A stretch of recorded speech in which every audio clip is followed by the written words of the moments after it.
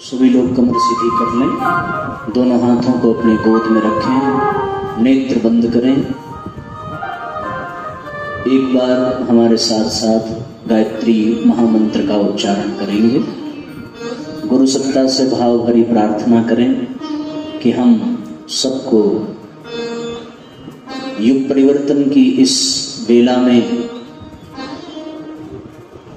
यथासंभव योगदान करने, अपनी भूमिका निभाने का सुअवसर बार बार प्रदान करें।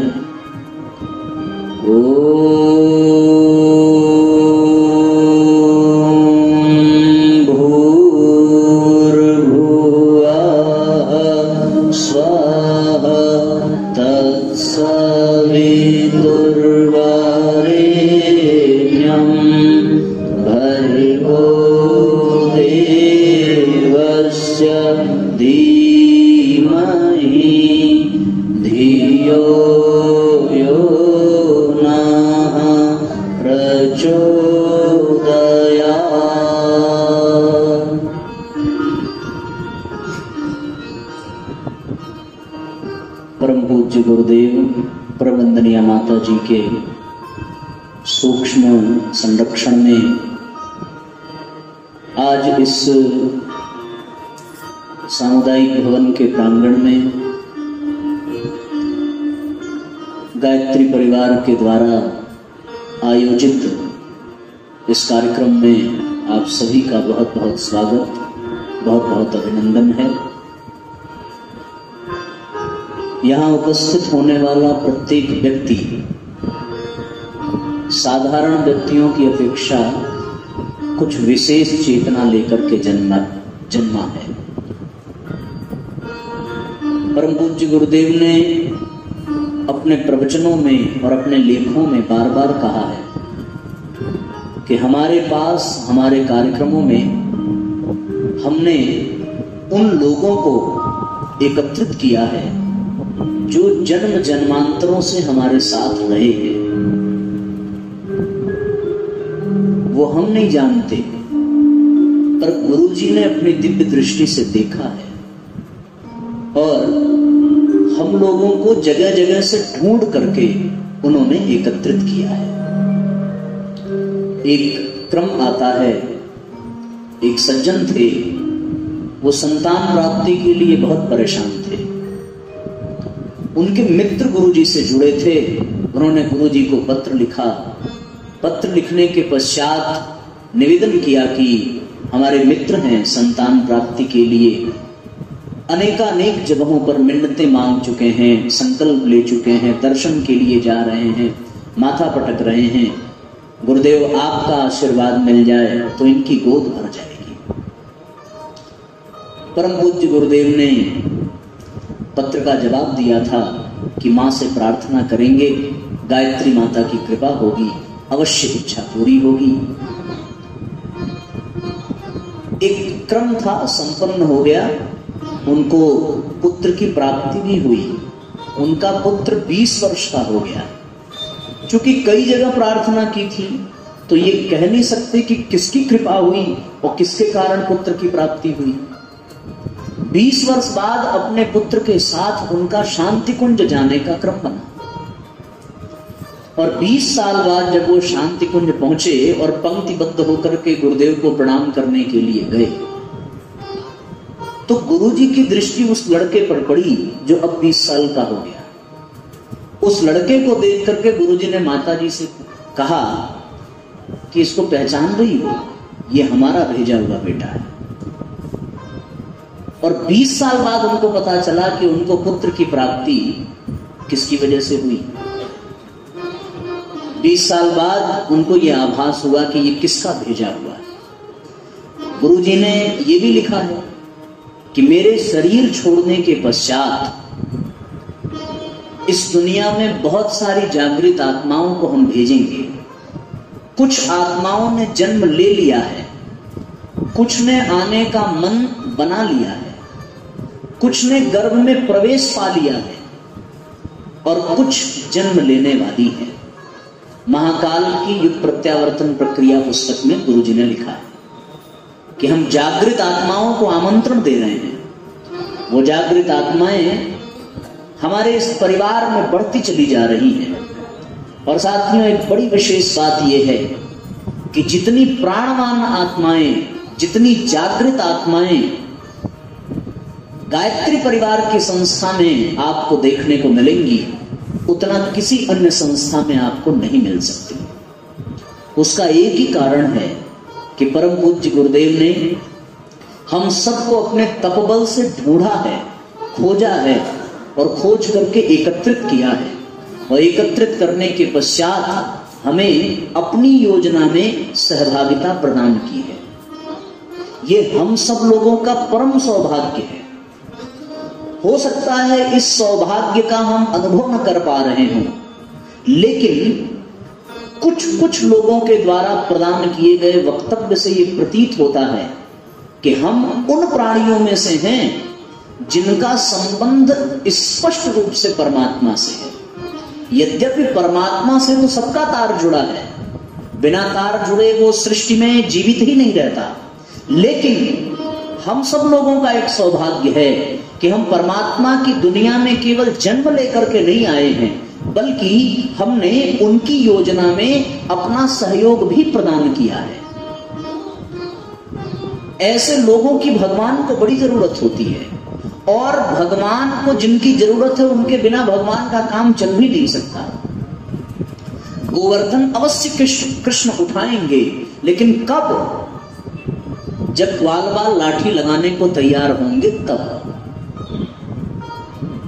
महाभारत के लिए भगवान तैयार हैं, बस इंतजार है पांडवों का, उनकी परिपक्वता का, उनकी पात्रता का। उसी प्रकार रावण को मार डालने का काम कोई बहुत कठिन नहीं था, लेकिन भगवान की एक पुरानी आदत है, वो अपनों को श्रेय देता है, अवसर देता है। ग्वाल बालों को अवसर मिलना था। ये वो लोग थे जो संसार में उपेक्षित थे, सबसे कमजोर थे, चंचल थे, कोई साधना नहीं थी, कोई अनुशासन नहीं था, और भगवान ने उनसे भी समुद्र पर पुल बंधाने का अद्भुत कार्य संपन्न करा लिया। तो फिर हम सब लोगों में किसकी कितनी पात्रता है, कितनी योग्यता है, कितनी सामर्थ्य है? यदि इस चक्कर में पड़ेंगे तो हमेशा मन निराश होगा। लेकिन एक विशेषता हम लोगों को इस जन्म में प्राप्त हो गई है कि हम सब लोग भगवान की योजना में सम्मिलित हो चुके हैं। अब हमारे पास दो ही रास्ते हैं, पीछे तो मुड़ करके हम देख नहीं सकते। या तो हम इस सहयोग की भूमिका में बने रहें, और या तो विरोधी बन जाएं। ये कहा जाए कि लौट जाएं, ये तो संभव नहीं है। पीछे के रास्ते सब बंद हैं। अब दो ही रास्ता है, या तो हम समाधान की लाइन में हो, या तो हम समस्या की लाइन में हो। तीसरी कोई पंक्ति है ही नहीं। आप यदि समाधान की लाइन में नहीं हैं, तो अपने आप समस्या की पंक्ति में खड़े हो जाएंगे, और आप यदि समस्या की पंक्ति में नहीं हैं, तो आप अपने आप समाधान की पंक्ति में खड़े हो जाएंगे। आपको कुछ प्रयास नहीं करना है, आपको बस चयन करना है कि हमें भगवान के द्वारा चलाई गई इस योजना में सहयोग करना है या नहीं। नहीं करना है तो आपकी स्थिति समस्या वाली लाइन में होगी, और करना है तो आपकी स्थिति समाधान वाली लाइन में होगी। एक और प्रसंग याद आता है, आपने केशव चंद्र सेन के बारे में नहीं सुना होगा। ये बहुत प्रसिद्ध व्यक्ति थे, 18वीं शताब्दी के। इनसे मिलने के लिए इंग्लैंड की महारानी भी भारत आती थी और उनका आशीर्वाद प्राप्त करती थी। ये वो दौर था जिस दौर में स्वामी विवेकानंद का जन्म हो चुका था, रामकृष्ण परमहंस का अवतार हो चुका था। केशव चंद्र सेन से मिलने के लिए हजारों की भीड़ लगती थी। उन दिनों रामकृष्ण परमहंस बहुत प्रचलित नहीं थे। धीरे धीरे उनको लोग जानना शुरू किए थे। विवेकानंद का कोई संभावना ही नहीं दिख रही थी। वो बालक था जिसकी स्थिति अत्यंत दयनीय थी। पिता का देहांत हो चुका था, भाई घर से भाग चुका था, बहन की शादी के लिए घर में पैसे नहीं थे, रोटी जुटानी भी मुश्किल हो रही थी, नौकरी तक नहीं था उनके पास। रामकृष्ण परमहंस के यहाँ केशव चंद्र सेन बार बार दर्शन करने, मिलने, परामर्श लेने, मार्गदर्शन लेने आते थे, क्योंकि वो जानते थे कि रामकृष्ण परमहंस कोई अवतारी सत्ता है। जब वो आते थे उनके साथ सैकड़ों लोग आते थे। एक कहीं कार्यक्रम का आयोजन हुआ, उसमें रामकृष्ण परमहंस को भी आमंत्रित किया गया, केशव चंद्र सेन को भी आमंत्रित किया गया। रामकृष्ण परमहंस जब पहुंचे तो मंच पर बैठने की बजाय उस स्थान पर बैठे जहां नरेंद्र बैठे हुए थे, ऐसे भीड़ में।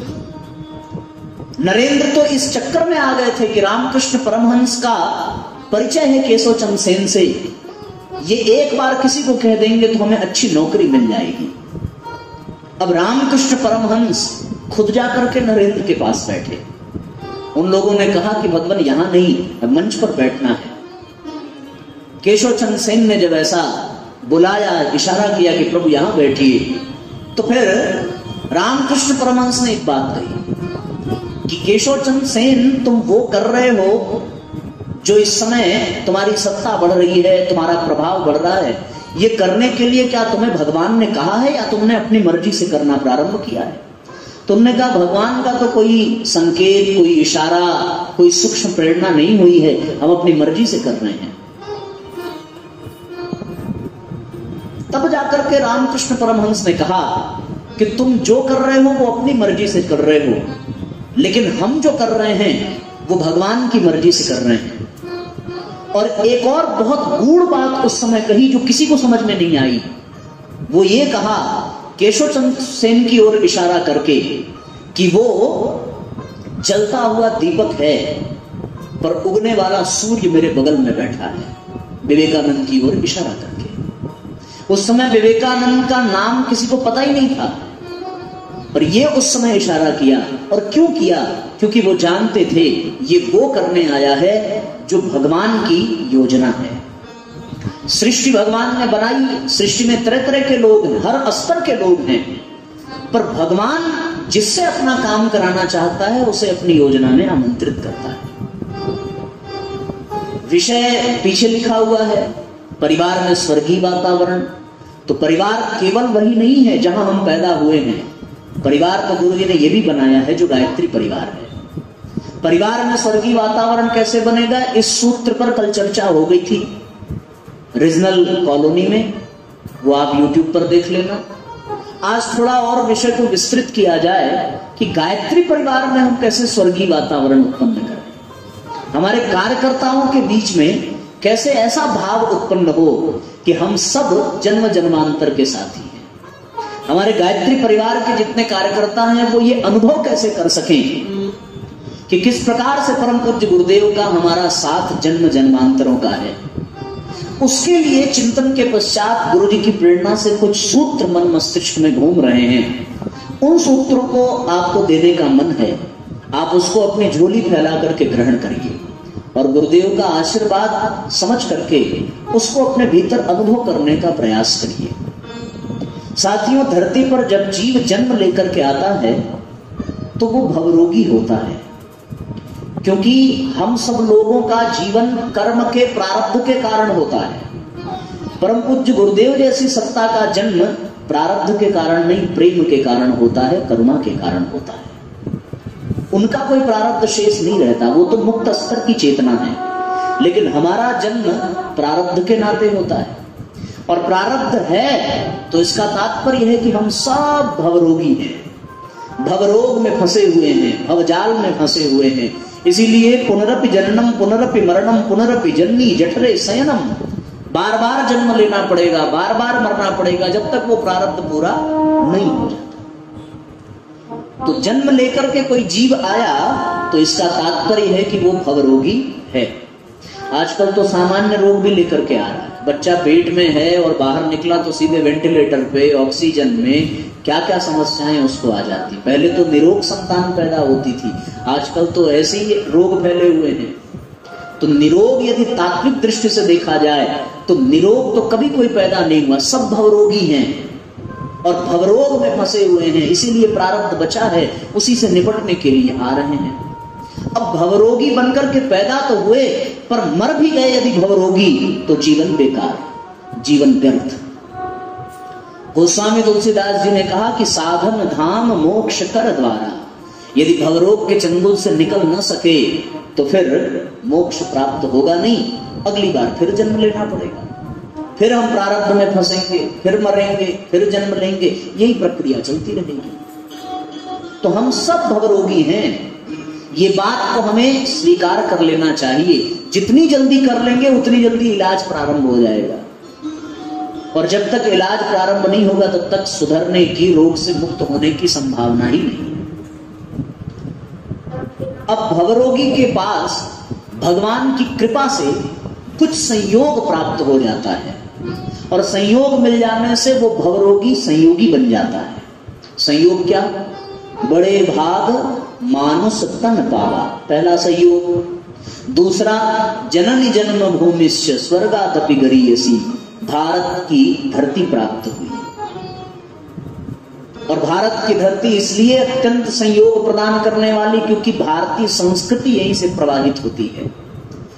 स्वामी विवेकानंद जब लौट करके विदेश से आए तो पत्रकार ने पूछा कि आप 4 साल विदेश में रहे, विदेशियों को तो आपके वेद वेदांत का लाभ मिला, लेकिन आपको उनसे क्या सीखने को मिला? विवेकानंद ने कहा कि हमें वो सीखने को मिला जिसे हमने केवल अनुभव किया है। और मैं आपसे ये कहता हूं कि भारत में रह करके जिन बातों को केवल अंधविश्वास के आधार पर, संवेदना के आधार पर मैं मान लेता था, विदेश जाने के पश्चात वो सब बातें प्रमाणित हुई कि वास्तव में इस दुनिया में हर वो जीव जो परमात्मा का साक्षात्कार करना चाहता है उसे कभी न कभी, किसी न किसी जन्म में एक बार तो भारत देश में जन्म लेना ही पड़ेगा, क्योंकि पूर्णता को प्राप्त करने के लिए जो सूत्र वास्तव में चाहिए वो केवल और केवल भारतीय अध्यात्म में, ऋषियों के पास, संस्कृति में ही है और कहीं नहीं है। उसे पाने के लिए यही आना पड़ेगा। तो हम सबका सौभाग्य है कि हम विदेश में जन्म नहीं लिए, वरना तो विदेश वो स्थान है जहां केवल भोग ही भोग है। योग केवल भारत में आपको मिलेगा। विदेश में यदि यहाँ का योग गया भी तो वो योग नहीं, योगा बन गया, और वो योगा केवल हाथ पैर फेंकने और सांस को अंदर बाहर करने तक सीमित रह गया। पर वास्तविक योग वो है जो गीता में भगवान ने कहा, युक्ताहार विहारस्य युक्त चेष्टस्य कर्मसु युक्त स्वप्नावबोधस्य। ये वास्तविक योग है जो हमें समत्व की ओर ले जाए, योगः कर्मसु कौशलम, जो हमें कुशलता की ओर ले जाए। और ये योग कहां मिलेगा? ये भारत की धरती पर मिलेगा। तो पहला संयोग मानुष तन, दूसरा संयोग भारत देश, भारतीय संस्कृति, और तीसरा संयोग साथियों गायत्री परिवार। गायत्री परिवार से जुड़ जाना, परम पूज्य गुरुदेव से जुड़ जाना, ये आज इस धरती की सबसे बड़ी सौभाग्य की बात है। क्योंकि राम के समय में राम को पहचान लेने वाला हनुमान जैसा बड़भागी होता है, और न पहचानने वाला रावण जैसा दुर्भागी होता है।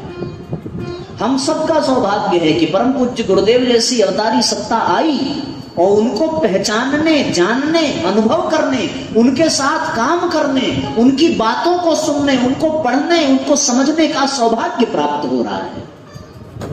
परम पूज्य गुरुदेव की वो सत्ता जिनको सुनना, जिनके पास बैठना सत्संग है, जिनके लिखे हुए को पढ़ना स्वाध्याय है, जिनके जीवन से जुड़ जाना ही अध्यात्म है, और जिनके कहे को करना ही साधना है। ये सौभाग्य केवल और केवल हमको, आप सबको प्राप्त हुआ है। ये तीसरा सौभाग्य है। चौथा सौभाग्य हम सबके सामने है, भगवान का खुला आमंत्रण। ये सारा संयोग हमें ये संभावना प्रदान करता है कि हम भवरोग से मुक्त हो सकते हैं। जैसे किसी रोगी को अस्पताल अच्छा मिल जाए लेकिन डॉक्टर अच्छा ना मिले, डॉक्टर अच्छा मिल जाए पर दवा ना मिले, दवा मिल जाए खाने का संयोग ना बने, बताओ लाभ मिलेगा? ठीक हो पाएगा? उसी प्रकार हम सब भवरोगी हैं, पर हमारे जीवन में संयोग ऐसा जुड़ता गया कि हमें अस्पताल मिला यानी भारत देश, डॉक्टर मिला यानी परम पूज्य गुरुदेव, सदगुरु वैद्य वचन विश्वासा। सदगुरु वैद्य होता है, तो डॉक्टर भी अच्छा मिल गया, दवा भी दे दी, साहित्य के रूप में, उपासना के रूप में, साधना के रूप में प्रदान कर दिया। अब खाने की जिम्मेदारी हमारी है।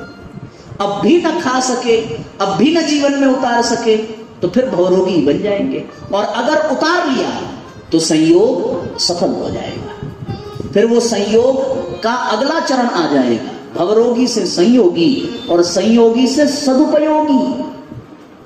संयोग जीवन में आया, अब उसका सदुपयोग करना विशेष रह गया। और सदुपयोग करना यानी जो डॉक्टर मिला उसकी बात मानो, जो अस्पताल मिला उसमें बार बार जाओ, जो दवा मिली उसे समय से खाओ। अब ये दवा ही है परम पूज्य गुरुदेव का साहित्य। हम समय से उसको पढ़ रहे हैं कि नहीं पढ़ रहे हैं? रोगियों के लिए तो भाई तीनों टाइम दवा समय से खाना है। किसी को उबले पानी में, किसी को ठंडे पानी में, किसी को दूध में, किसी को ऐसे ही। उसी प्रकार हम लोगों को गुरुजी का साहित्य मिला तो हमें भी तो 3 टाइम लेना चाहिए। अब गुरुदेव की ऐसी कृपा, भाई डॉक्टर विशेषज्ञ है, उसने कहा ठीक है परेशान मत हो भाई, 3 टाइम मत लो, पर 1 महीने का हम डोज तैयार करके दे रहे हैं, बार बार अस्पताल आना नहीं पड़ेगा। 1 महीने का दे रहे हैं, एक ही टाइम समय से लेते रहना। अब 1 महीने के लिए आ गई अखंड ज्योति, 1 महीने के लिए आ गई युग निर्माण योजना, 1 महीने के लिए आ गया कोई गुरुजी का साहित्य। अब एक ही टाइम खाना है और तब भी ना खाएं तो फिर संयोग का सदुपयोग कहां से होगा? हो पाएगा? नहीं हो पाएगा। गुरुजी ने कहा त्रिकाल संध्या तो बहुत दूर की बात है, एक ही टाइम गायत्री जप कर लो, एक टाइम केवल, सवेरे गायत्री जप, शाम को स्वाध्याय। बिना सत्संग शयन नहीं, बिना स्वाध्याय के शयन नहीं करना है, और बिन भजन भोजन नहीं। 2 ही टाइम दवा लेनी है, दिन भर चाहे जो करिए। अब सदगुरु रूपी वैद्य आया, शांति कुंज जैसा, भारत देश जैसा अस्पताल मिला, उसके बाद भी हम समय से दवा की डोज नहीं ले पा रहे हैं, तो इसका तात्पर्य यह है कि जो संयोग मिला उसका हमने सदुपयोग नहीं किया। यदि सदुपयोग किया तो बात बन जाएगी। फिर सदुपयोग करेंगे तो पात्रता विकसित होगी, सदुपयोग करेंगे तो योग्यता विकसित होगी, सदुपयोग करेंगे तो हमारे भीतर संभावनाएं बढ़ेंगी, सदुपयोग करेंगे तो हमारे भीतर की सुषुप्त शक्तियां जागृत होंगी, फिर हम देवत्व की ओर बढ़ेंगे। लेकिन कब? जब सदुपयोग करेंगे तब। अब सदुपयोग करेंगे और पात्रता बढ़ी तो पात्रता बढ़ती है साहब तो जिम्मेदारियां बढ़ती हैं, योग्यता बढ़ेगी तो पद मिलेगा, प्रतिष्ठा मिलेगी, काम मिलेगा, जिम्मेदारियां बढ़ेंगी। तब सदुपयोग के बाद अगला चरण आता है कि भवरोगी, संयोगी, संयोग का सदुपयोग करने के सदुपयोगी, और सदुपयोगी को बनना चाहिए सहयोगी। अगला जो चरण है वो कौन सा? सहयोगी। सहयोग करने वाला बनना चाहिए। किसमें सहयोग करे? गुरु जी के अभियान में सहयोग करे। अगला चरण सहयोग करने का। पर सहयोग कौन कर पाएगा? जो सदुपयोग करेगा।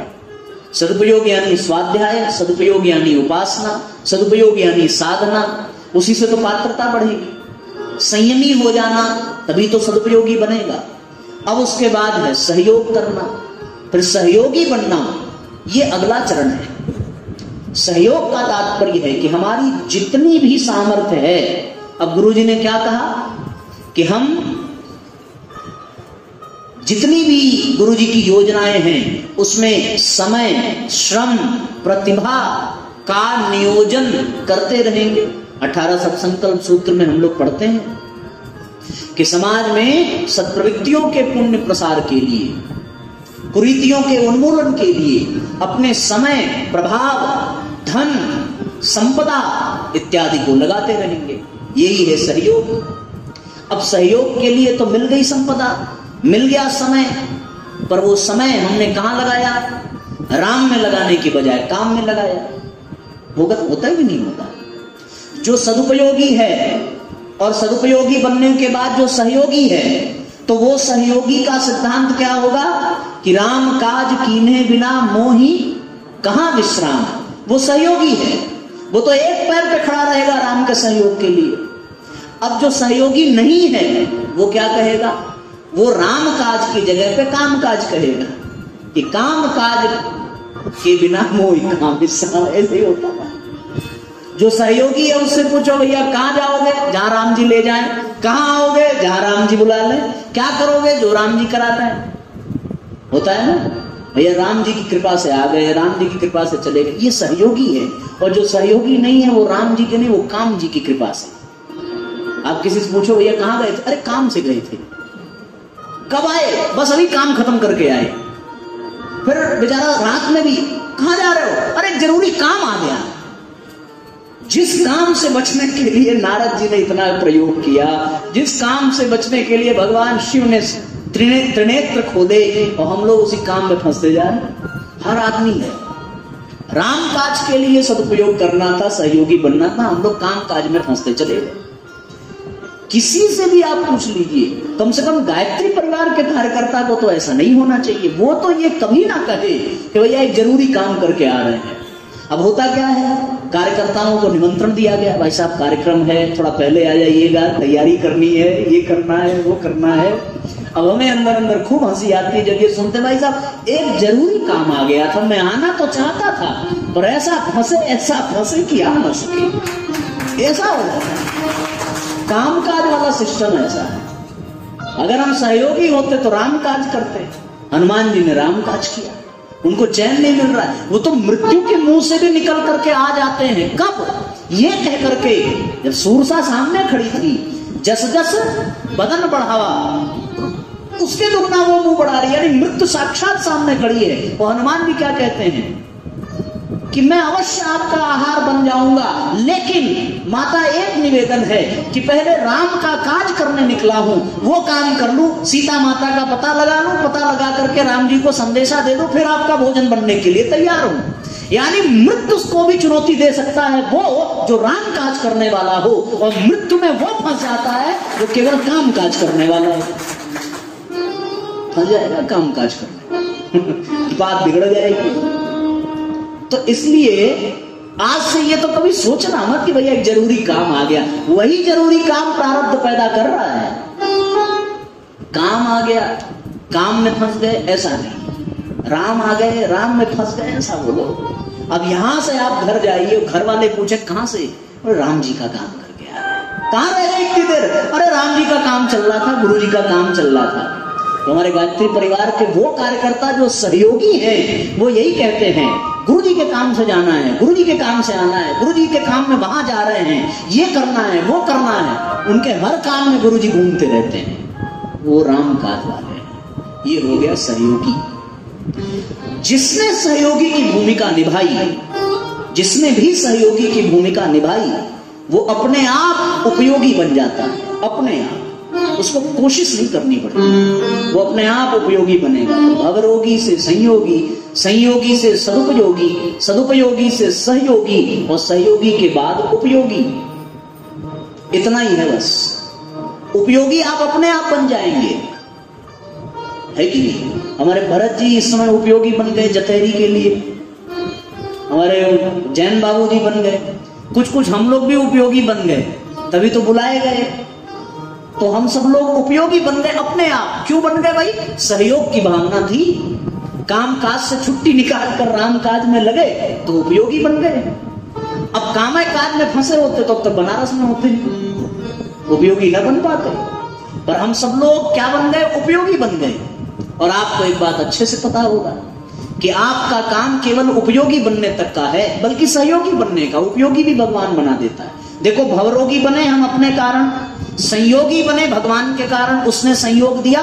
अब संयोग का सदुपयोग हमें करना है, सदुपयोग करके सहयोगी हमें बनना है। सहयोगी बन गए तो ये प्रकृति का नियम है कि वो उपयोगी बना देगी, और उपयोगी के बाद योगी बनाने का काम भगवान का, योगी बना देंगे भगवान।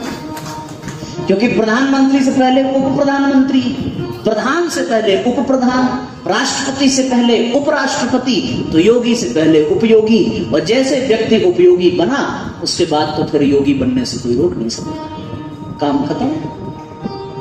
और जैसे आपने भवरोग से यात्रा प्रारंभ करके योग को स्पर्श किया, वैसे ही आपके परिवार में स्वर्गीय वातावरण बन जाएगा अपने आप, बिना किसी प्रयास के।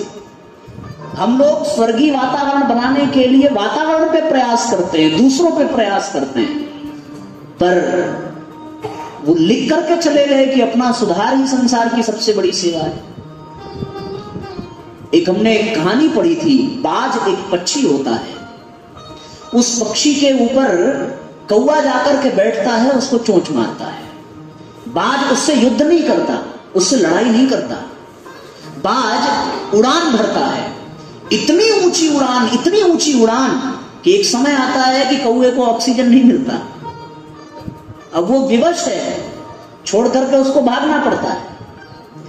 इसीलिए गुरुजी ने कहा कि उपासना और साधना और स्वाध्याय करके अपने स्तर को इतना ऊंचा उठा लेना कि जो समस्याएं हैं वो बहुत नीचे हो जाएं, बहुत छोटी हो जाएं। अगर हम लोगों की ये शिकायत है कि उनसे नहीं बन रही है, उनसे लड़ रहे हैं, उनसे झगड़ रहे हैं, इसका एक ही मतलब है कि हमारा स्तर अभी कौवे वाला है, अभी हम बाज नहीं बन पाए। अब बाज बनाने का सूत्र वो दे के गए, सहयोगी बनने का, सदुपयोगी बनने का सूत्र उन्होंने दिया। अब हम ना बन पाए तो वो क्या करें। इसलिए आज के इस गोष्ठी में हम सब लोग ये क्रम अपना लें और ये बोध कर लें कि हम सब भवरोगी हैं, और यहीं से संयोग का भी अनुभव कर लें। और संयोग गिना दिया हमने, मानव जीवन भारत माता का ये आंचल, परम पूज्य गुरुदेव की छत्र छाया। हमारे वीरेश्वर बाबू जी का एक उद्बोधन सुना था 2012 की गुरु पूर्णिमा पर, उन्होंने दिया था। हम साहब कहते हैं कि भगवान कृपा नहीं कर रहे, भगवान, उन्होंने कहा कि भगवान की कृपा हमेशा बरस, हम खुद अपने ऊपर कृपा नहीं कर रहे हैं। वही ऐसा क्रम बना लीजिए कि मानव जीवन मिला माने 10% भगवान की कृपा, भारत माता की आंचल मिली माने 10 गुणे 100% हो गया। उसके बाद परम पूज्य गुरुदेव की छत्र छाया मिली, गायत्री परिवार मिला 100 गुणे 10, 1000% कृपा हुई। अब सदुपयोग आपको करना था, सहयोगी आपको बनना था, आपने अपने ऊपर कृपा की नहीं, तो आपने प्रयास 0% किया। अब 1000 को 0 से गुणा कर दो, सब 0 हो गया। अब भगवान क्या करें, वो तो 10 गुणे 10 गुणे 10 1000% कृपा किए, और हमने उसका मल्टीप्लाई कर दिया 0 से, सब 0 हो गया। और फिर अंत काल जब आया तो बस चिड़िया चुग गई खेत, अब पछताए होत क्या, फिर पछताने से कुछ मिलने वाला है। इसलिए जो जीवन शेष बचा है, अभी भी हम जहां हैं वहीं से करना क्या है, कुछ मत करिए,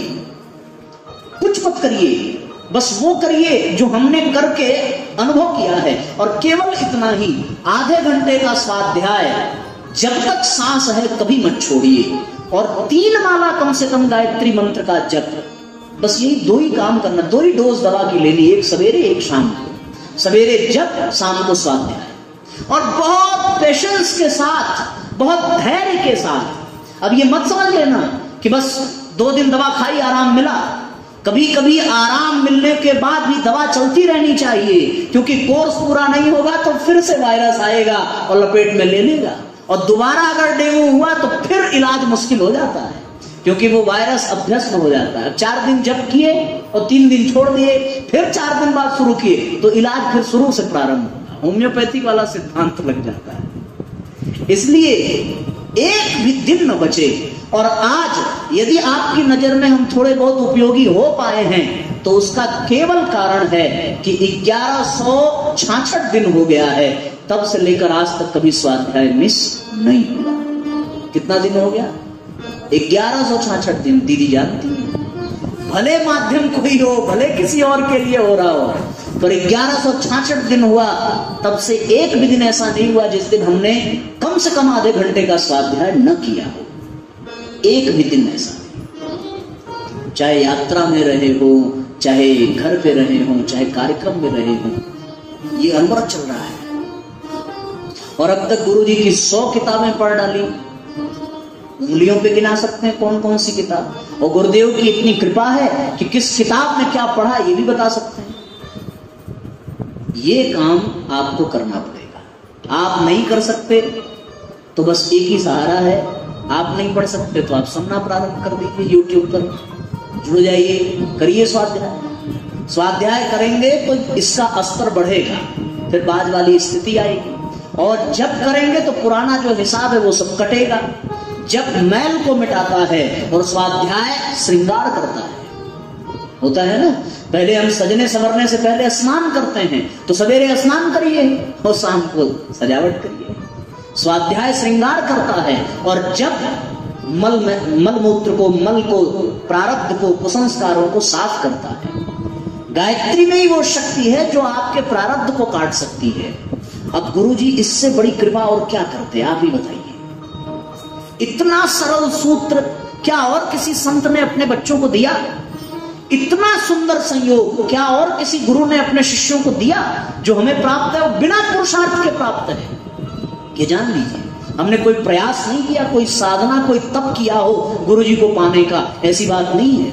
ये उनकी कृपा है कि वो तो ऐसा है कि बच्चा मल मूत्र से सना हो, पूरी दुनिया त्याग देती है, पर माँ उसे अपनी गोद में लेकर साफ करती है।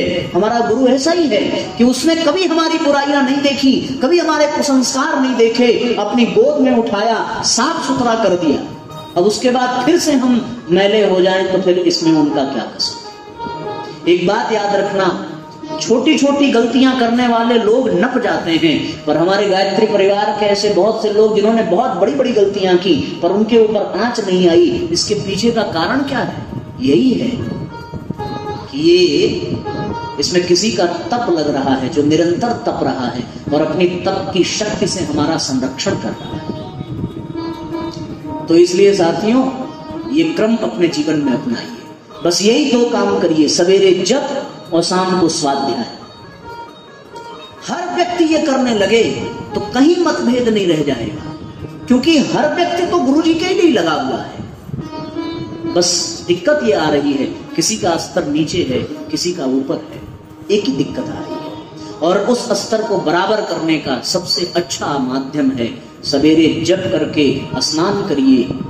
जप करके स्नान का मतलब मैंने बताया ना, उल्टा मत समझ लेना भाई, महाराज ये क्या बता रहे हैं, पहले जप करिए फिर स्नान। स्नान का मतलब जप से अपनी आत्मा को स्नान कराइए, जप से अपने आप को शुद्ध करिए, अपनी इंद्रियों को शुद्ध करिए।